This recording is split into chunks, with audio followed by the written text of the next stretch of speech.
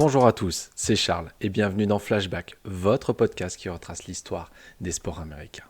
Et aujourd'hui, on retrouve la NBA avec un match qui a tourné littéralement au pugilat entre les Suns et les Knicks. Car oui, le 23 mars 1993, les Phoenix Suns et les Knicks vont abandonner le basket pour se battre et définir ce qui sera les politiques disciplinaires de la NBA pour les années à venir. À une époque, pas si lointaine que cela, la brutalité était beaucoup plus présente au sein de la NBA. Les rivalités étaient encore plus exacerbées et pouvaient mener à des scènes devenues très rares dans la NBA d'aujourd'hui. Ce qui s'est passé ce 23 mars 1993 va marquer la fin d'une époque pour la NBA. Après une bonne saison 1991-1992, les Suns ont fait venir Charles Barkley en provenance des 76ers pour se renforcer. Entouré des stars Kevin Johnson et Tom Chambers, des recrues talentueuses comme Olivier Miller et Richard Dumas, et des supers Dan Margellet, Danny Ainge et Cédric Ceballos, les Suns voulaient viser encore plus haut. Cette équipe était talentueuse offensivement, meilleure attaque de l'Ouest, mais aussi très physique. Les Knicks, eux, étaient aux antipodes des Suns. Basket lent, extrêmement rugueux et physique, très défensif, meilleure défense à l'Est. La peinture était une zone impénétrable avec Patrick Ewing, Charles Oakley, Charles Smith, Anthony Mason. Et le jeu était créé par des joueurs comme John Starks, Greg Anthony et Doc Rivers. Et le tout supervisé par la légende Pat Riley. L'année précédente, leur match de play-off face aux Bulls avait déjà donné un petit peu le ton. Cette rencontre était donc un duel au sommet entre la meilleure attaque et la meilleure défense de la ligue. À 26 secondes du terme de la première période, les choses vont commencer à s'envenimer quelque peu.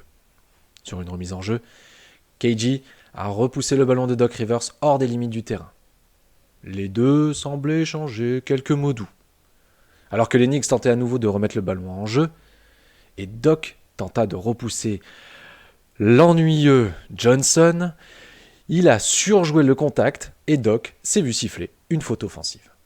Doc s'est énervé après l'arbitre et soudain KG était prêt à se battre, allant poitrine contre poitrine avec Doc Rivers.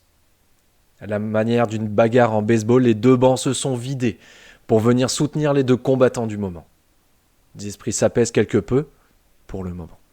Plus tard, Doc Rivers et KG continueront à se chercher avec l'envie toujours plus pressante d'en découdre. Et c'est là qu'entre en action Greg Anthony.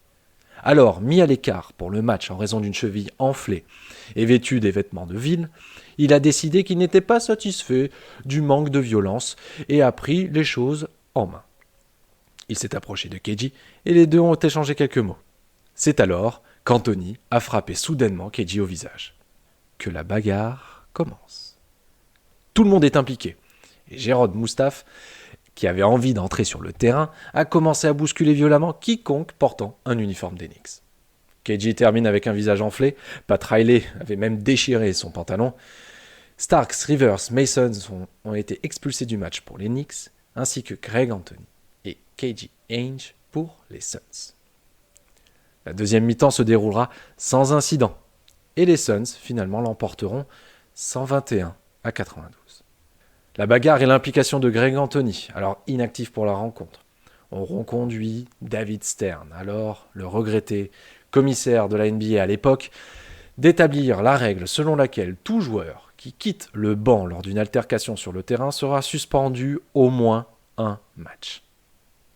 Mais cette bagarre restera comme le crépuscule de l'époque la plus rugueuse de la NBA. J'espère que cet épisode vous a plu et on se retrouve dès demain pour un nouvel épisode de Flashback.